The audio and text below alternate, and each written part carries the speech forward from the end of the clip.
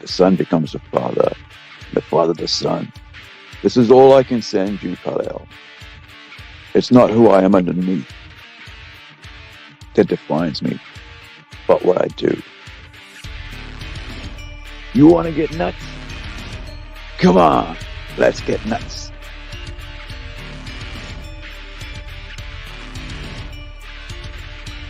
Just because someone stumbles and loses their path doesn't mean they're lost forever.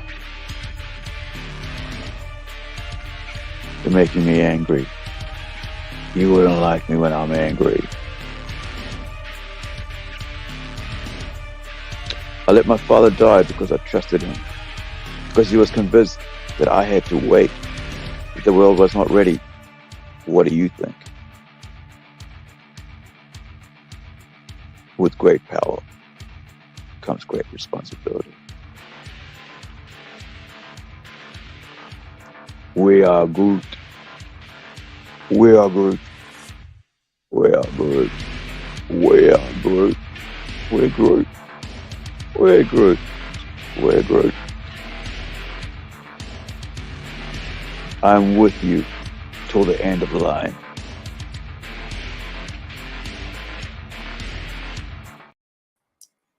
Good evening, everyone. How are you doing? How's things wherever you are? Welcome. Thank you and for joining me tonight. Bunch of stuff on today. I was able to be on.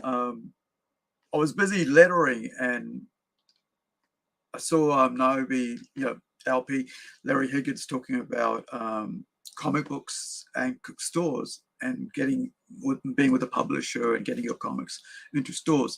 And for me, that is what my aim has always been. Apart from getting into libraries, is to support the stores, because I used to be a comic store owner. So thank you for joining me. I appreciate you guys hanging out. I know it's like if you're overseas, I know it's very late, but thank you for hanging out. And I do appreciate you guys coming in chat and talking with me. And hello, Ross. How you doing, mate? So today I'm going to start off with something really cool. As you know, each week I get out of the house, and we get out and I go out downtown, do a bit of shopping, groceries, get what I need, and do a bit of hospice, kind of secondhand look-sees and all that. And last week, and we found this. Like, actually, I didn't find this at all. My friend Jason found this, right? So we found a medic suit for a Star Trek, costume, cosplay, and it's my size, and it's adult, and it basically it cost $8. These things cost a bit more than $8, but like secondhand, hardly worn, hospice fine. So bit of a show and tell today with this, and it's like it's just I'm just so excited for it, because I've always wanted a cosplay of it. I've got a t-shirt, I've got a captain's t-shirt, and that's about it. But I've always wanted, I didn't mind it's a medic one, but yeah, exactly, it's a ready-made costume. It's perfect. Like, I could walk to Plunge or any other convention, and I'm ready to go. And I'm like, Dr. Singh's here. All right, let's go. Let's do that. So $8, man. And I didn't even know it was there. And of course, Jason, with his good eyesight, saw it. So I was quite excited for that. Now, there has been some really crazy stuff going on with gaming, right? So I'm going to share this video, because I know that people who are in gaming, part of the community, and they're more professional about these things than I could ever be, and I don't have the time to research it all. So I'm just going to share a video about what's been happening right now with the whole gaming scene, because it's kind of sad to see the industry get, like, the top studios get destroyed by going the distardedly way by these nefarious actors, bad actors in the scene. And one of the most baddest of the bad is this company called Sweet Baby Inc. Right?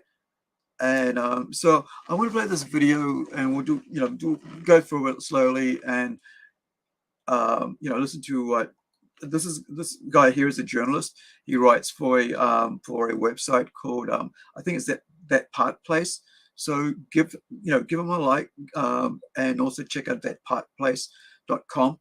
And so he's so these gamers who are also journalists, right? So a lot of what we focused on with Sweet Baby Inc. so far has been the AAA studio side of what they do.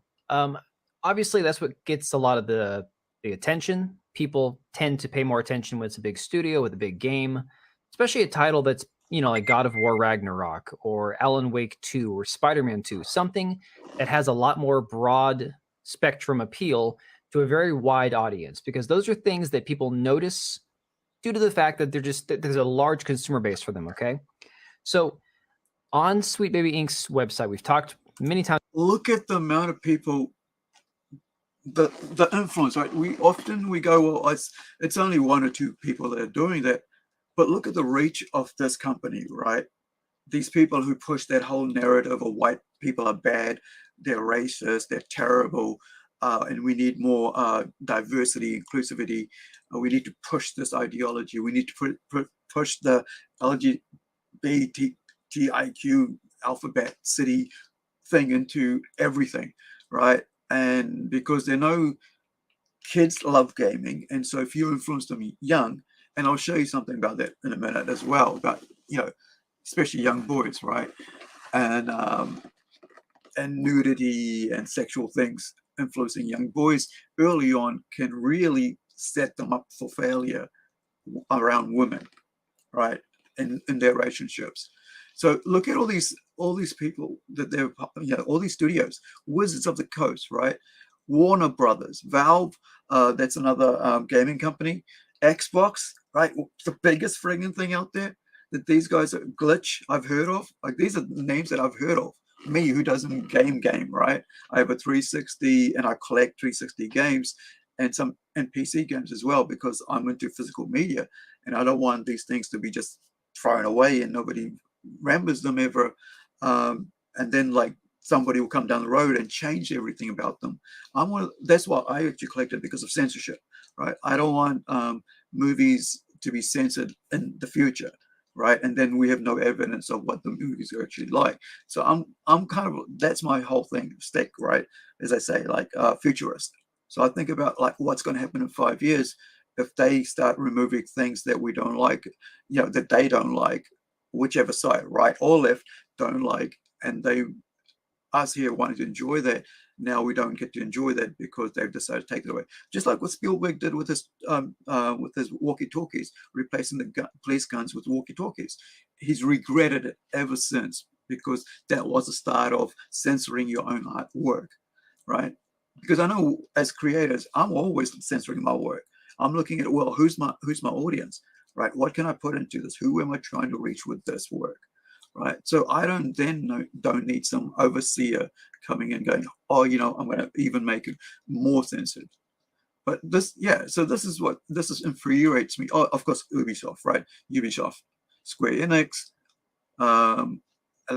EA, Electronic Arts. I think I've heard of Santa Monica.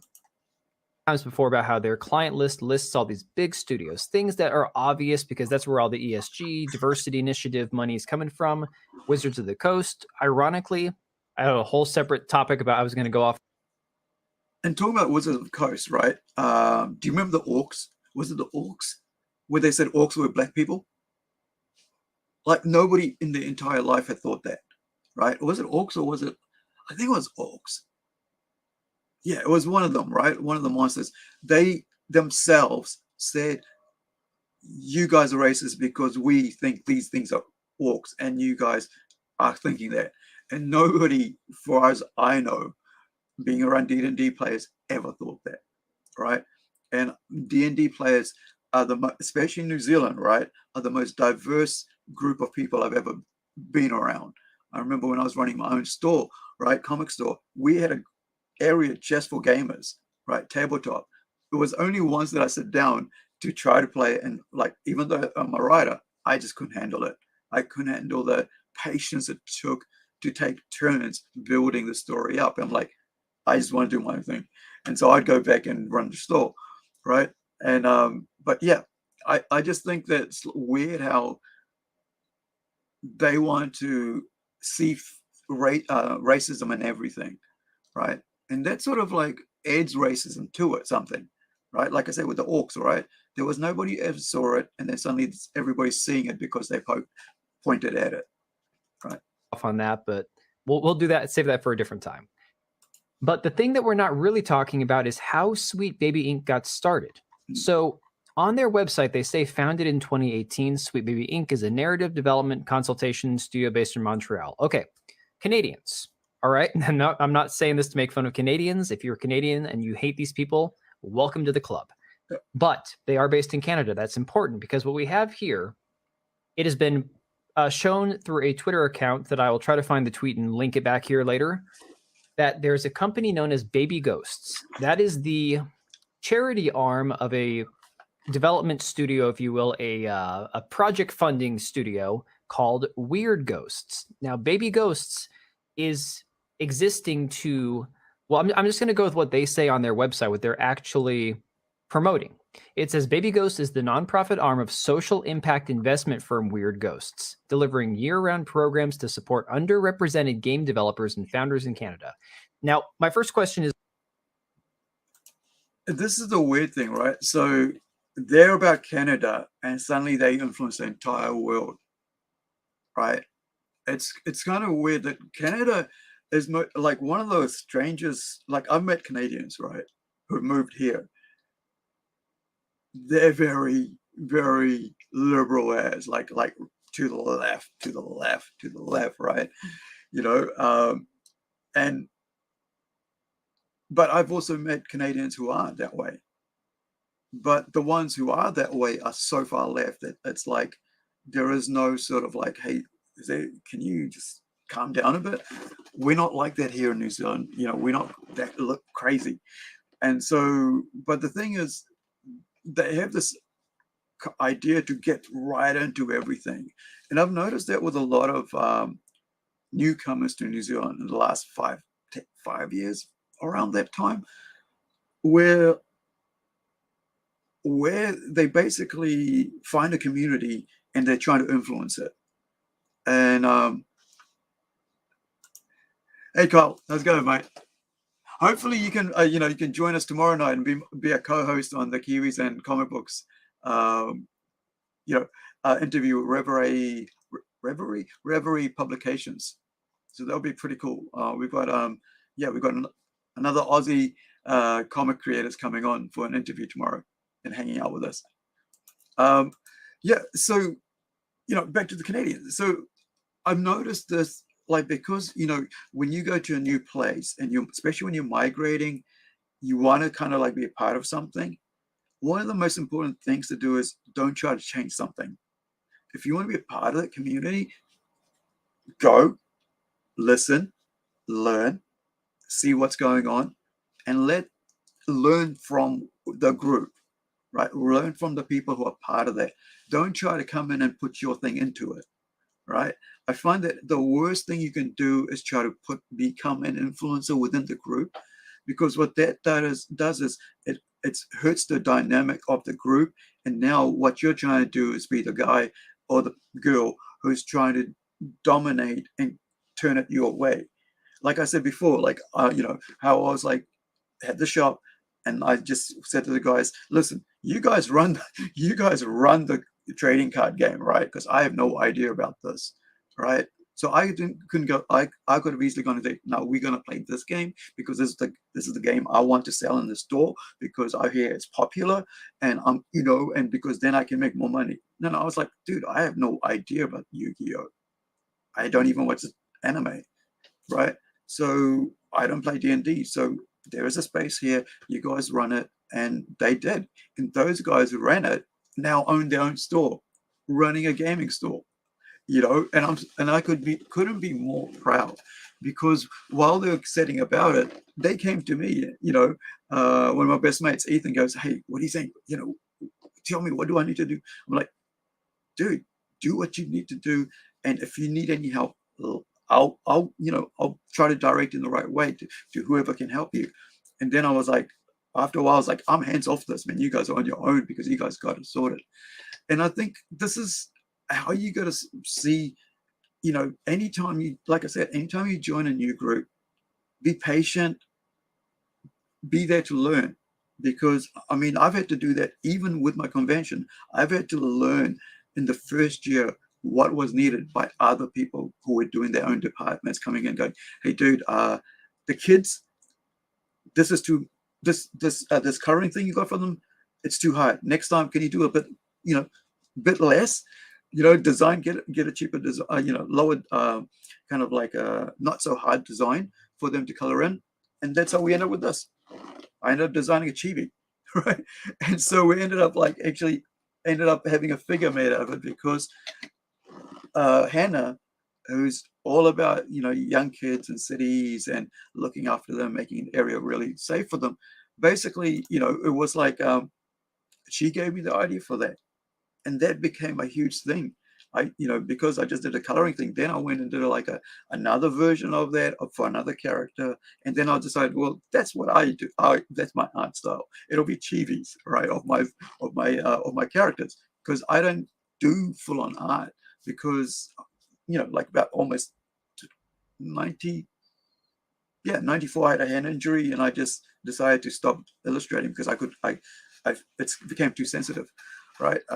And so going from actually being able to draw Iron Maiden, right, Eddie, like really full on detailed Wolverine, like about, what is it, like 30 years ago, to basically not doing it at all, you know. And then now I get amazing artists helping me do that. So that's why I say, like, I mean, don't try to lead communities your way. Let the communities run their thing, you know, learn from them. And I think it's important that you allow people who have their strength in whatever they're doing to teach you, to be open, to be teachable. Because I know in the last 5 years, I couldn't, if I had ignored all the advice I'd received, I would not be as, I think, smart. You know, I'm not that smart, you know, but in what I've done, because I've been willing to listen. And you know, I just remind myself right now that, like, I get into arguments with people, and then later on go, yeah, they were right. You know, I should have just, you know, but then, you know, it's the heat of the moment. You think, yeah, you got it. But then again, there's been moments where, like, oh, okay, yeah, oh, yeah. And right there and then it's decided, right? Yeah, so here we go. So I used to draw a lot. Yeah, man. I mean, like, I think I miss a lot by not being drawing, but I then put all the energy into writing, right? And into lettering, into designing.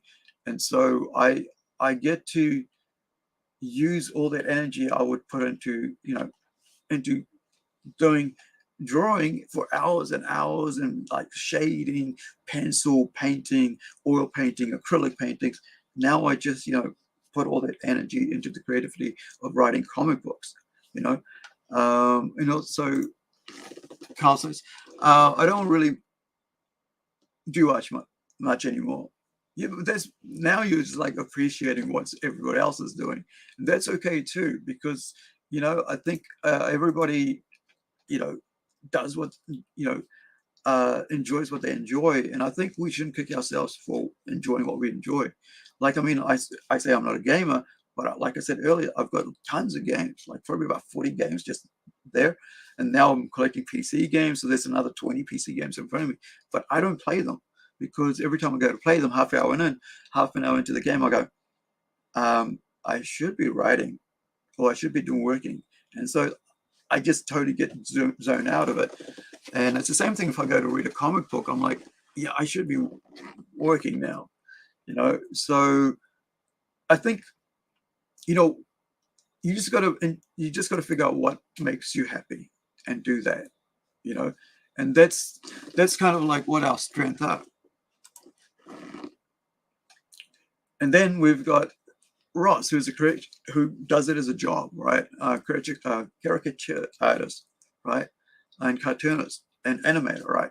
So he does it almost every day, you know, and but he's been doing it for like 40 odd years, right? And I think it's like I said, whatever gives you pleasure, whatever makes you happy, find that thing, and as long as it's not, you know, illegal, and do it. And if it's collecting toys, right?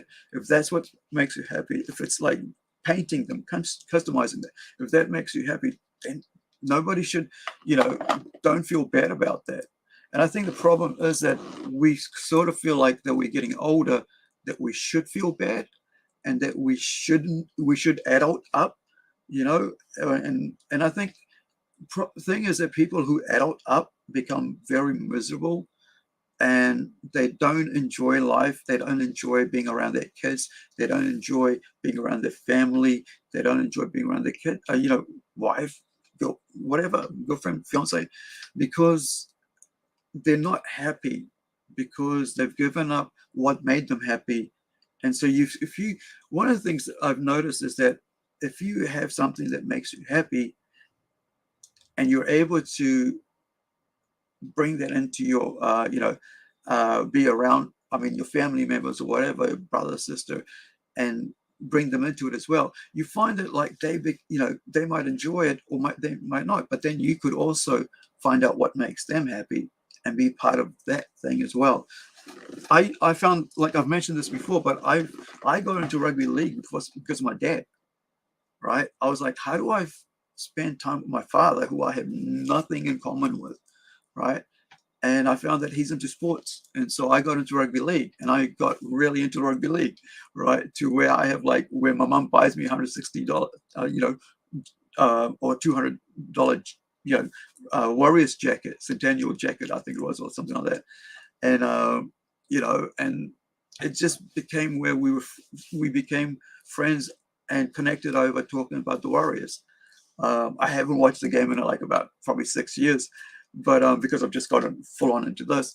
But we still, you know, now we get to talk about what I'm doing here, and we talk about Reacher because he's loves, you know, he's been reads Reacher books, and I talk about the TV show, you know. So you got to find something where to connect with people, and then you can, you know, find something that will connect you to people, right? You to them and them to you, and not giving up what brings you joy and happiness, because I think as we get older, we think we got to put away childish things, right? It's like something out of the Bible, right? As I grow old, I put away childish things. But it's like, if it's giving you joy and you're not harming anyone, why would you want to put it away? Unless it's eating, you know, into your family's finances and stuff like that. You know, but I think, you know, if it is bringing you joy, right? I'm repeating myself here. Then it shouldn't bother anyone, you know, as long as it's not anything illegal, right? It's not harming anyone. And so, yeah, I think, yeah, I saw that post you did, and I was like, yeah, I was like, what does he mean, the Waratahs? What? But I just realized it was like, what, he would be talking about the Warriors. We're talking the Warriors. By the way, I've got a beanie, not a beanie, a bucket head of the Warriors there. And like I said, I you know, I've been a Warriors fan. I've got jacket. I've got like about signed. I've got signed rugby, the red, no, the white DB Vetters one signed by Frano Bodica, right? I've got a hat somewhere signed by Ivan Tuamavave, right, from 2007. You know, because he came into the store when I was working there. And I've got another cap that was signed by the Aussie captain. I can't remember his name, but I'm sure Carl, you would know his name. But he lives up here in Kerikeri, by the way. Not Kerikeri, sorry. He lives up down south a bit, about an hour from here.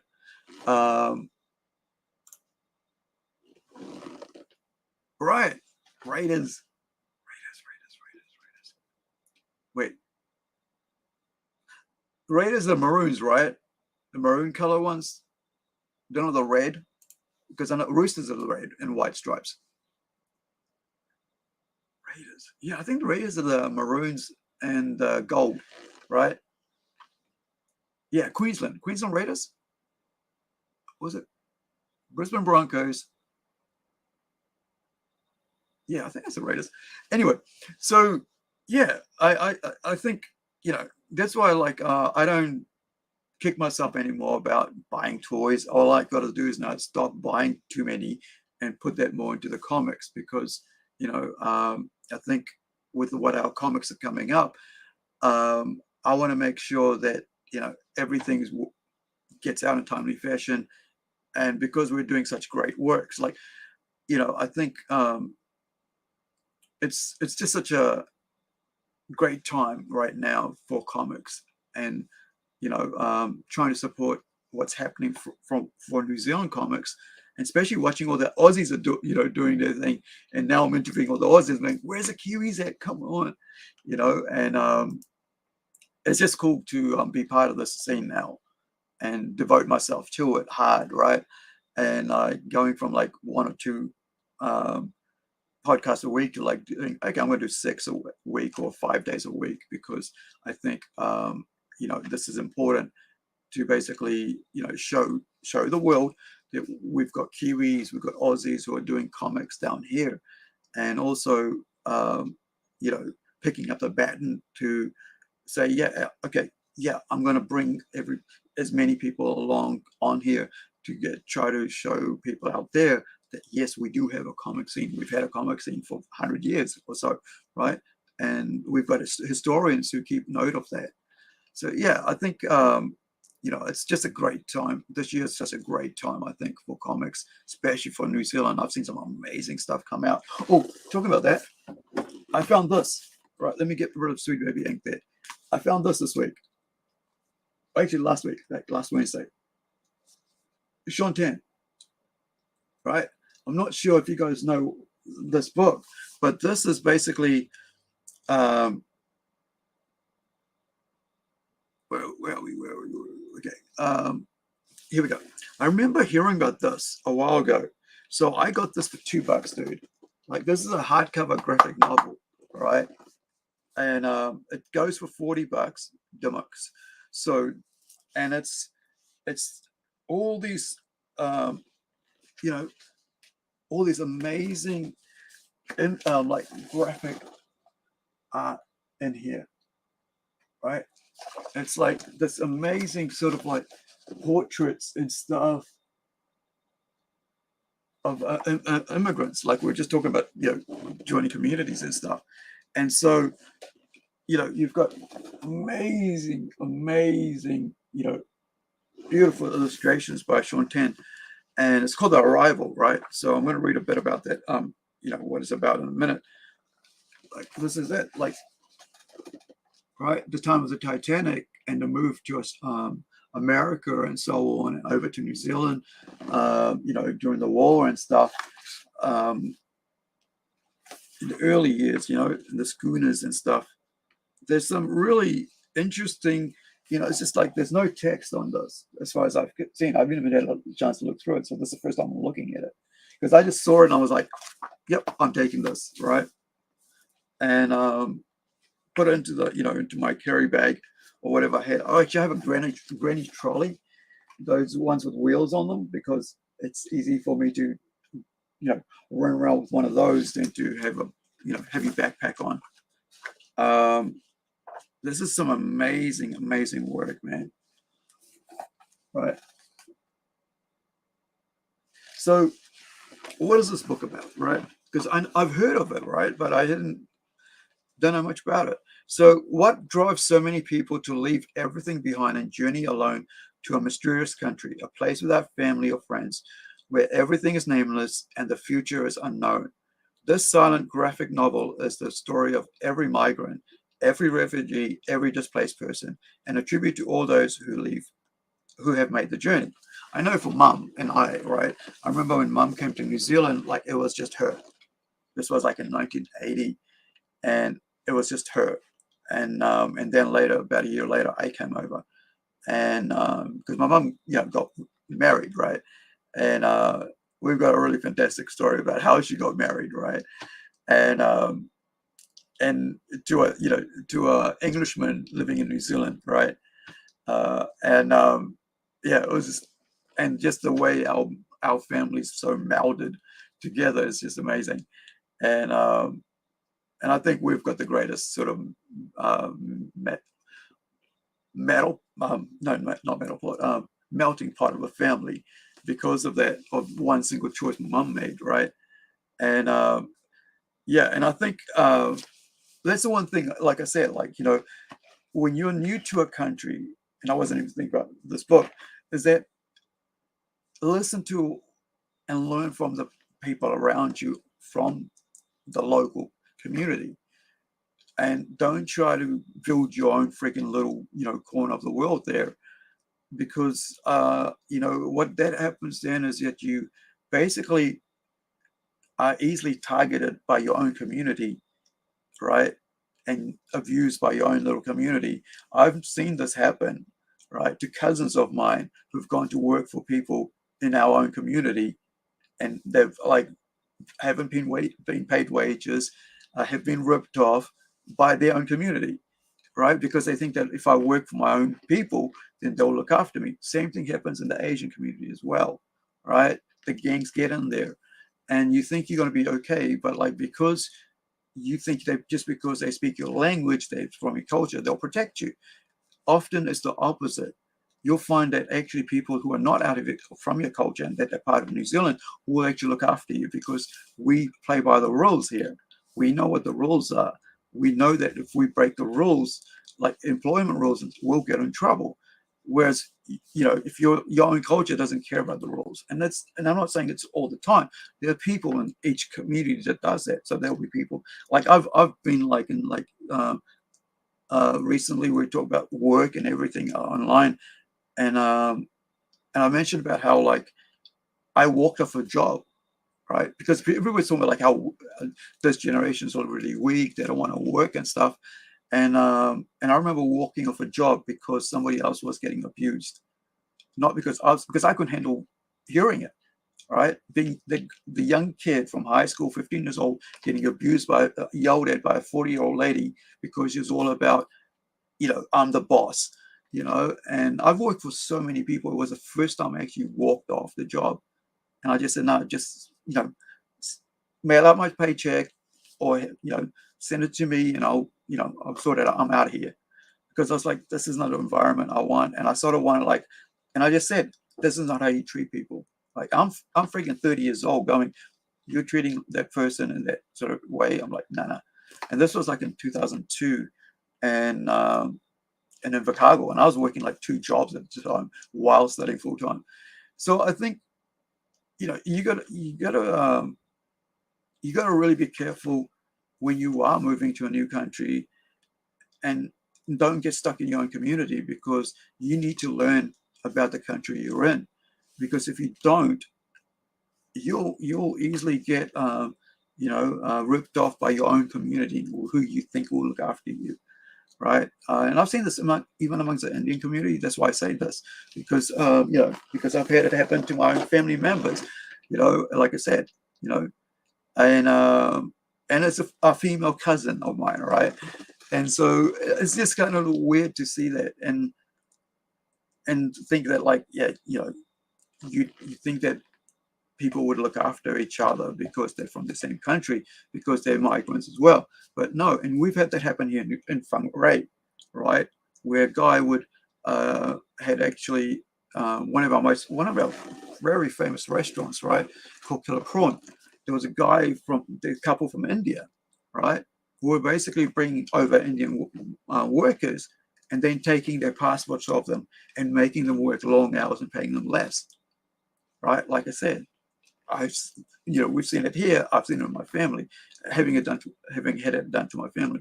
So if you are a migrant, if you're coming here, like, the first thing you should know is learn the law, right? Learn what the law is, and don't get don't get pulled into your community and thinking that your community is going to be the ones going to teach you how to do things in New Zealand because they've been here longer.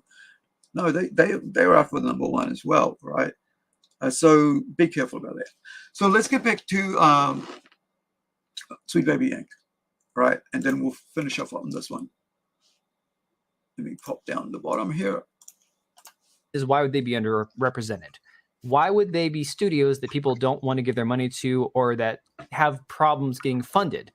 And you could say, sure, small studios have a hard time getting off the ground, but why are they seeking out these studios that nobody else wants to fund? Okay, so let's look at the board of directors, the staff. They only have 2 people on here. And if you go to Weird Ghosts, the parent company or the actual company behind this nonprofit arm, Baby Ghosts, and again, I don't know why they keep using the word baby. It's kind of creepy, kind of weird. Really weirded me out. On both websites, they list the same people as their board of administrators, if you will, the same 2 people.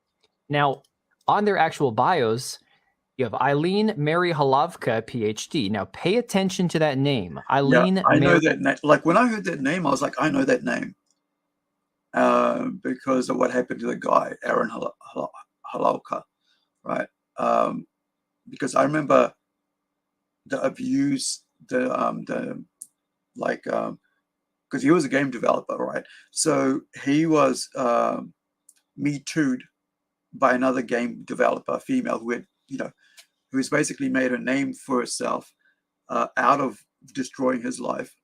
The guy actually, and he will talk about this, but the guy, and this, I know this because like this happened a couple of years ago, and that's when I was like, had just started getting into like what's going on in the world and social media, what's happening in pop culture, and she basically drove this guy to kill himself, right?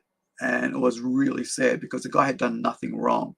And she made all these accusations, and the guy was just like, she was out there like, this to me, like no evidence, right? And the guy was, because the guy was, I guess, like softy, emotional, just felt trapped, and boom, as out. And I've been in the situation, so I understand 100%. And this was, I've talked about this before about how, it can, the blanket can be too wet and could really, emotionally drown you, and you just don't see anything way out. But like I've said previously, find someone, talk it out. Don't get isolated, right? Don't let yourself get isolated in your emotions. Mary Halavka. And then Jenny Robinson Faber. Eileen's bio reads like this. I'm not making this up. This is how it reads. Eileen, they/she is a queer and disabled white settler living on Treaty 1 territory in Winnipeg.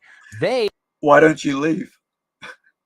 This is why I always crack up at these people on the extreme left, right? And also on the extreme right. But it's like, I am this, I am that, I'm ashamed, then move. Go back to your native land, right? Find where your heritage is. Right, it's the same thing when I saw recently in the last couple, when this lady from UK came to speak here, and an Indian dude, and which really effed me off. Basically, a migrant was abusing the hell out of her, and he was like, all this, and I was like, how dare you? How dare you treat an elderly lady like that? How dare you? It's because I'm this, I'm that, I'm the alphabet. You could hide behind it. I'm like, you're just using a meat shield to hide your misogyny, your actual full-on misogyny. And I'm like, and this is the thing about one of the things, right? You got to understand, Indian culture is slightly misogynistic, right, towards females. And and so I must have left the window open. And so it's easy for Indian males to get, who aren't grounded, who haven't been around a lot of other cultures and experience other, female viewpoints, to twist into their moment. But then that's why I was like so infuriated with that guy, man. I was like, dude, you are shaming us, right, by this behavior, the entire New Zealand Indian community. It's just like, how dare you? You know, this is not how we want to be represented in the public eye. You know, we want to be seen as a friendly cultural people, who love the country that we are migrants to, we've migrated to, who we are now citizens of. And that's what, it's weird. I'm talking about migrants and immigrants today. Wasn't They expecting are a writer, game dev, and community organizer / advocate with a background in theater. Of course, it's theater, games, poetry, and health communications. They have a PhD in communication studies from Concordia University and have published extensively within and outside academia. They are a co-founder of both Weird Ghosts and Baby Ghosts with Jenny Robinson Faber, as well as a member of Gamma Space Collaborative Studio. They also work as the general manager of Infinite Ammo. There's a lot here we're going to get to in a second. Just hang tight. For those of you who know, right, I'm part of the alphabet community. This shit weirds me out.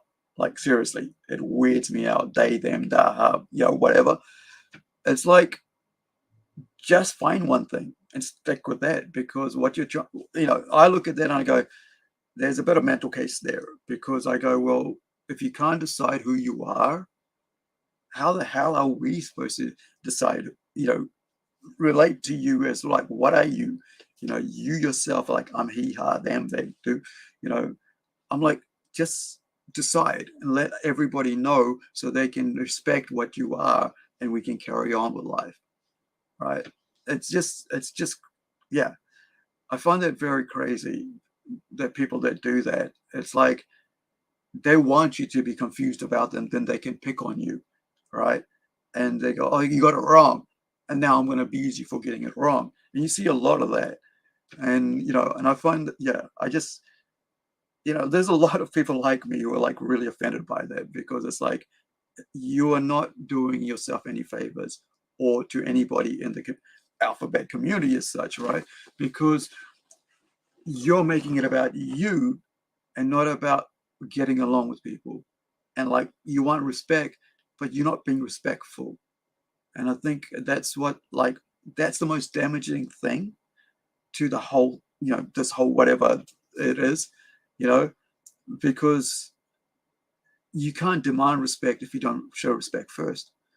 And I think a lot of people now in that community, on that side of the aisle, whatever you want to call it, they don't respect people. They just want respect. And they want people to be confused so that they can abuse people and say, look at me, how dare you do this to me, and you see a lot of that, people just going crazy over it. And that's why I just go, I'm part of the community. That's me, right? I'm in the alphabet. That's all I need to know, right? And that's all you need to know. And we're good. Tight. Stay with me here, okay? Jenny Shi is a queer white settler, another white settler, community arts advocate and organizer, software developer, leader in the IDM industry for 15 years.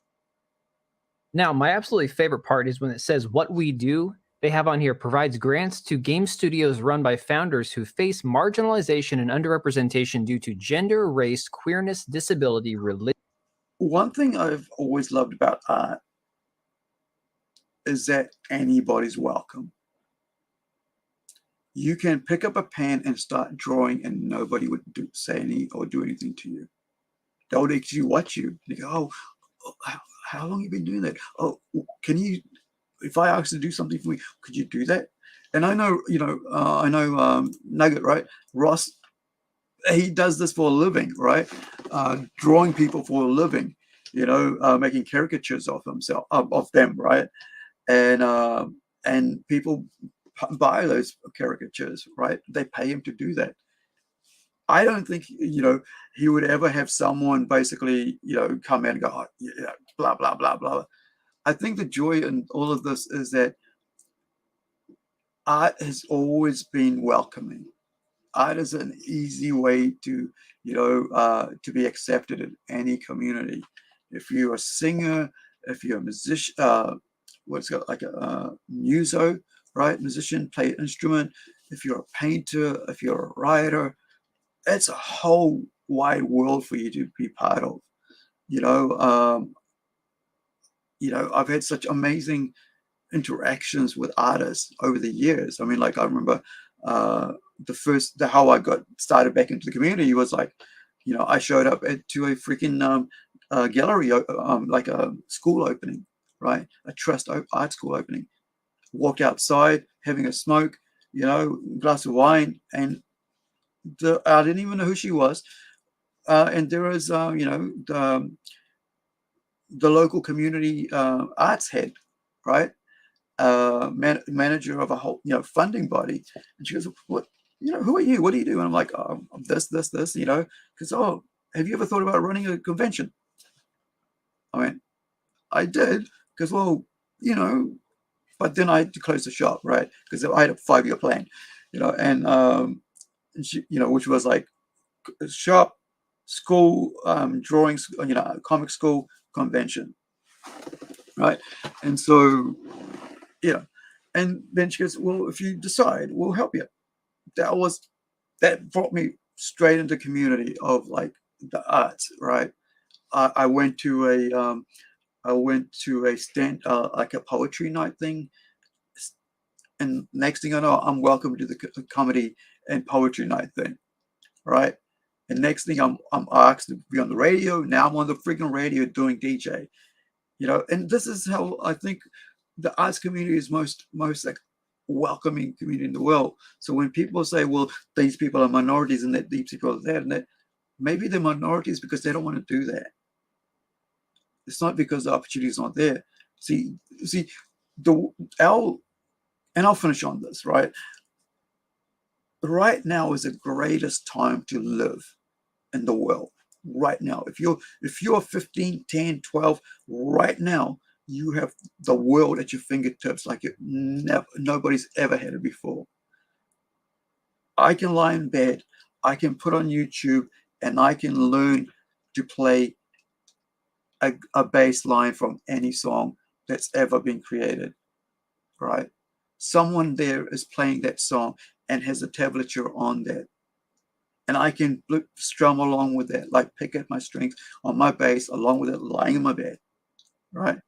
I can learn from the masters around the world.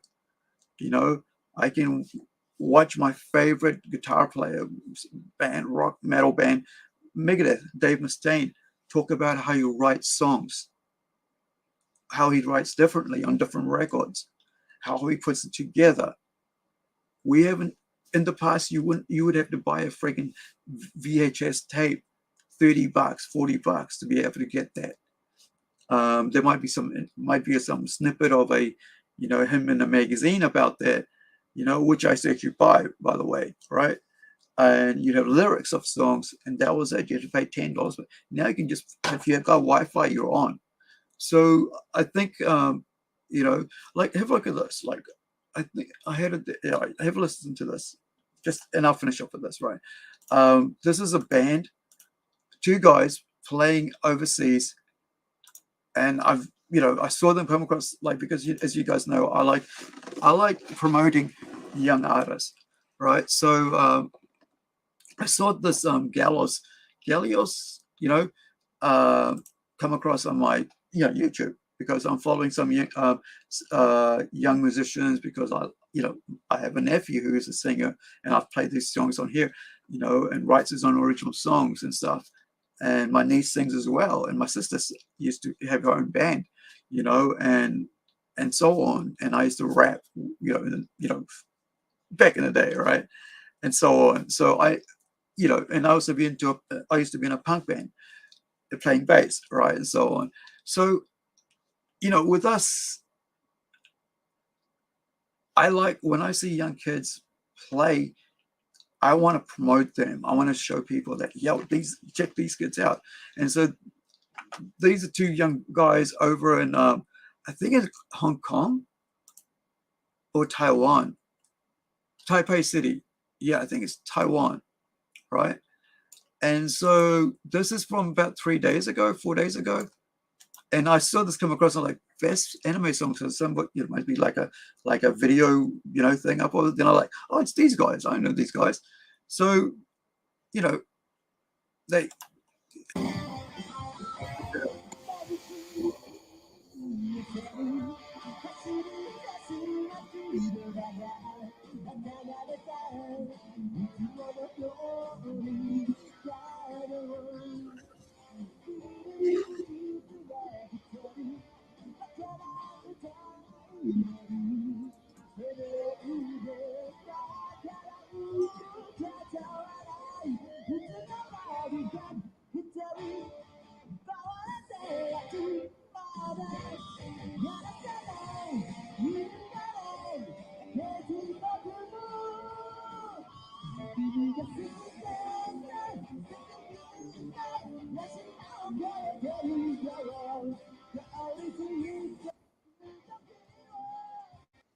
And if they were doing that in China, and if Taiwan was under Chinese rule, they would be in a lot of trouble, right? But here they are in Taiwan, free from Chinese rule, mainland China rule, being able to play rock music from Japan, by the way, right?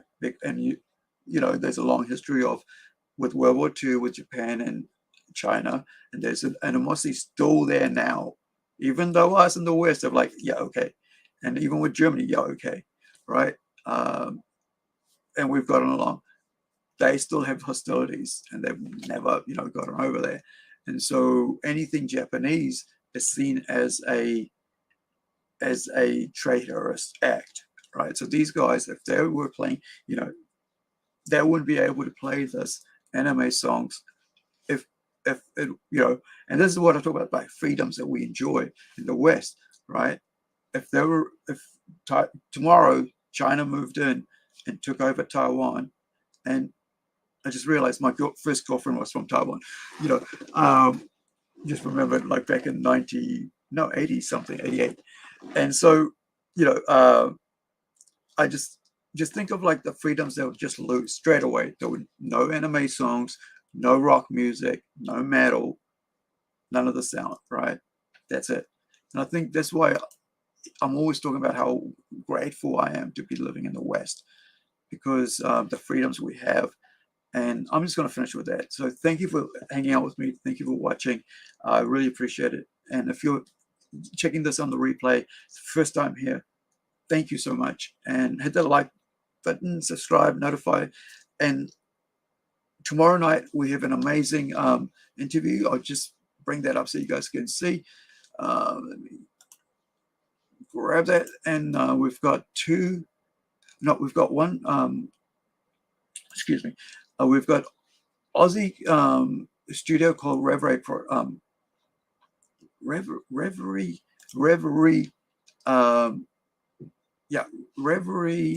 Publications, and it's Gary Dalla.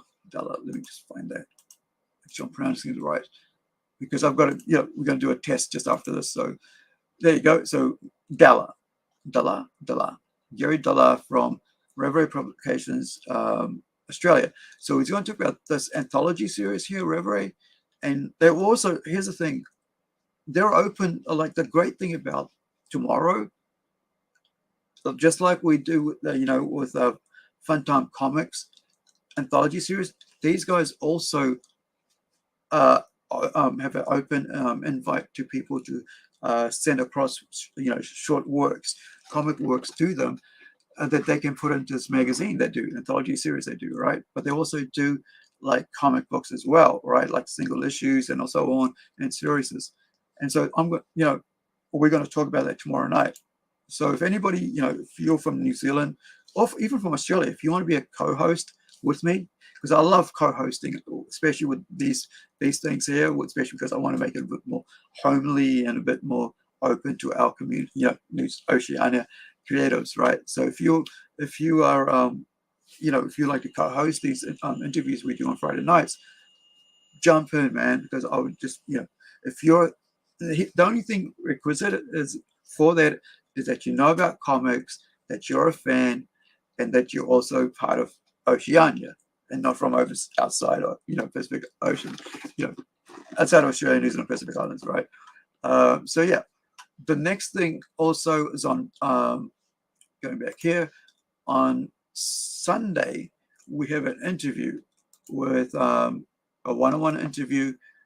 Back, this week I took off, and now we've got, we'll have Art Victim, also known as Spy. He's been a long time art in the arts community. He's a painter, tattooist, pop culture kind of, cartoon. We all get to see his work, and that's on Sunday, right? New Zealand time, so Saturday, Northern Hemisphere, and then also following week, right? So we've got a lot of things planned, a lot of things coming up with a lot of awesome creative people, right? So we've got that was Art Victim. We've got that. There is we're going to do a second part to next week, and that's on, what day is that? I think it's Tuesday. I wish I would say that, but we'll have the second part, right? Part 2 of the 5th anniversary, and we just found out today that what was that company? Let me just check. One of the companies that was part of this was a Country Roll, who were part of the whole scene, has closed down, right? Part of this whole thing with attack on Vic Mignogna, right? Basically closed down. Yeah, Rooster Teeth were part of that, right?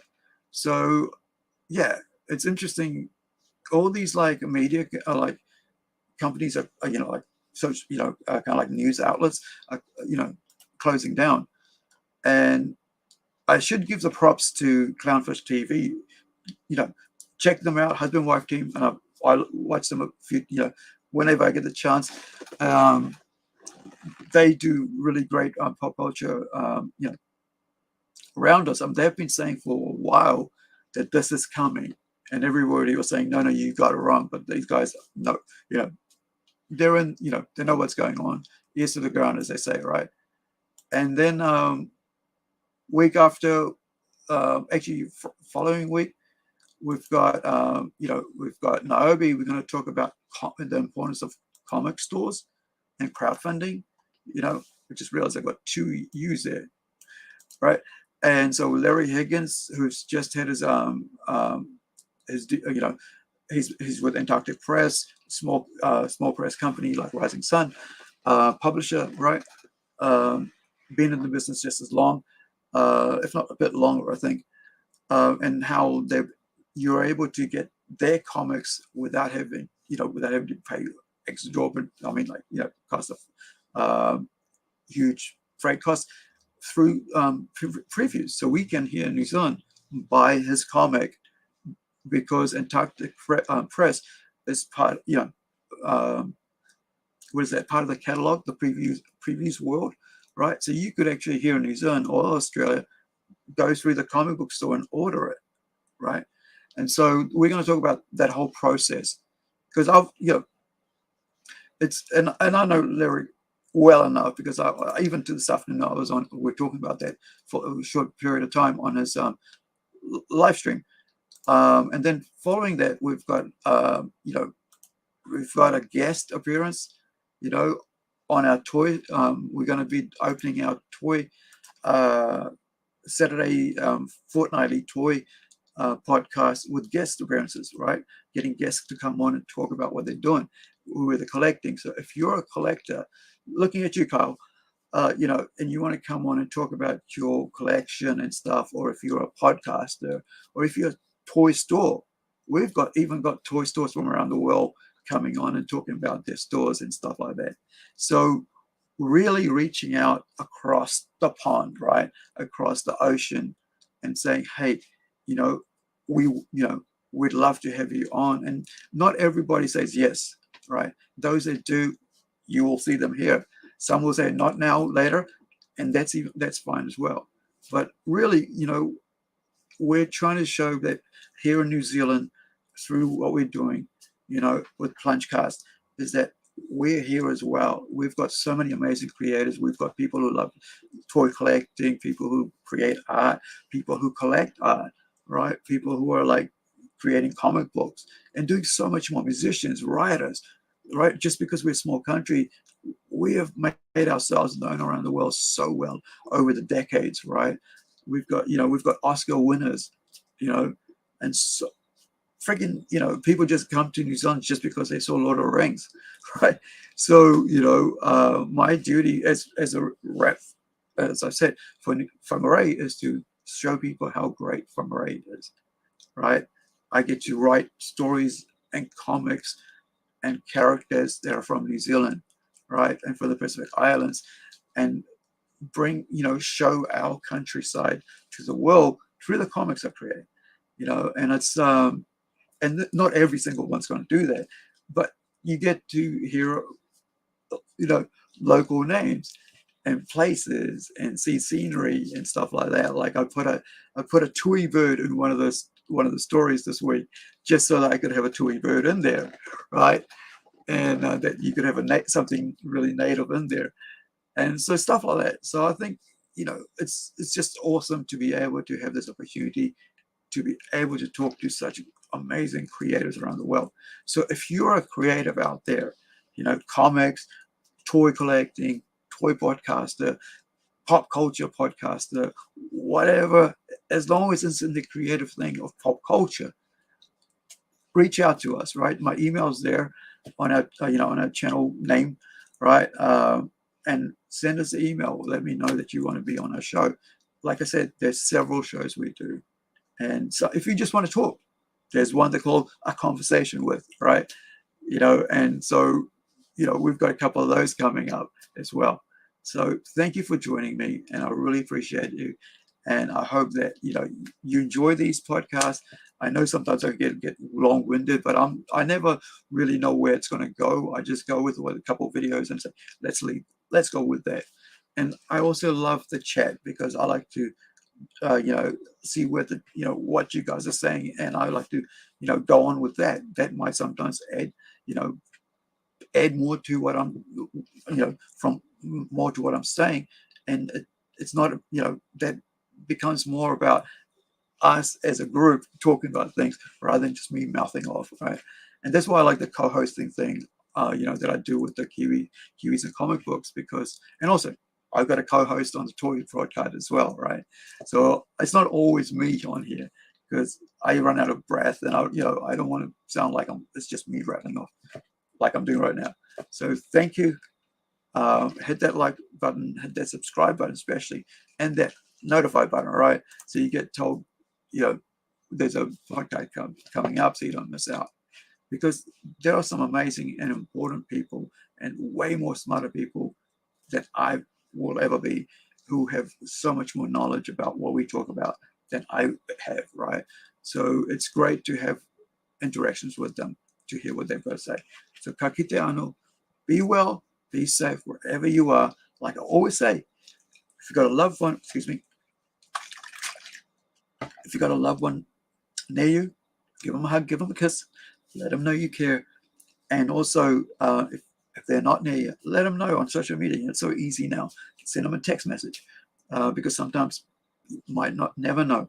That's what they need right there and then, right? And my way of doing that is like, sharing funny cartoons, memes and stuff, just to brighten up your day, right? If you see across my post, that's why I'll put that up. I find it funny. I hope you find it funny as well. And also there's art, lots of beautiful art and links to people's other work, right? Kickstarters and stuff. So thank you guys. Ka kite anō. We'll see you tomorrow night at 7:30, right? And with Reverie Publications from Australia.